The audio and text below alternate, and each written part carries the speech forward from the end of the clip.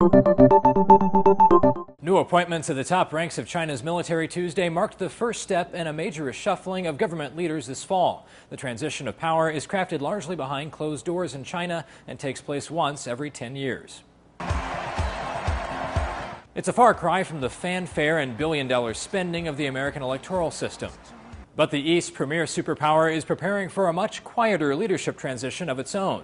November will bring a shakeup of the top of China's political ranks, a turnover for 3/4 of the Communist Party's highest positions. At the center of that reshuffling is China's presumptive future president, Xi Jinping, the 59-year-old son of a revolutionary who currently holds the #2 spot in the nation's government.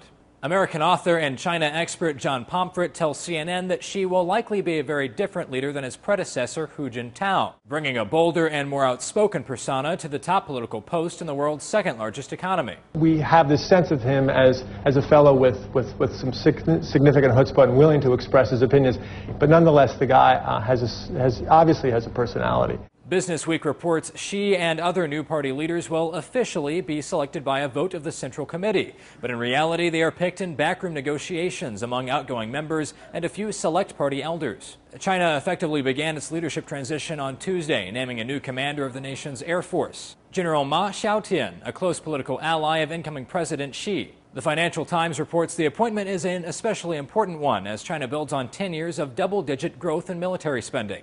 Now ranking a distant second only behind the U.S. in terms of military resources, FT says China is beginning to make its influence felt in the region with a more assertive stance in territorial disputes and naval missions further off China's shores. But China's handoff of power has already seen its share of hiccups. Take, for example, the myriad headlines that popped up over a 2-week span in September when Xi disappeared from public life, missing diplomatic meetings and party gatherings. While the government kept mum, journalists were left to speculate about an injury or even heart attack that might have put him temporarily out of commission.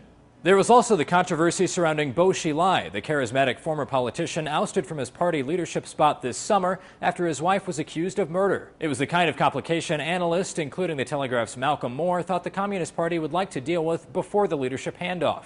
But that's looking increasingly unlikely now as the transition draws ever closer, and it's possible that they will delay the situation and try and deal with his case afterwards. For now, the handoff is proceeding as scheduled. The transition to a new generation of Chinese leaders will be made official at a Communist Party Congress in early November. For Newsy, I'm Zach Toombs. Multiple sources, The Real Story.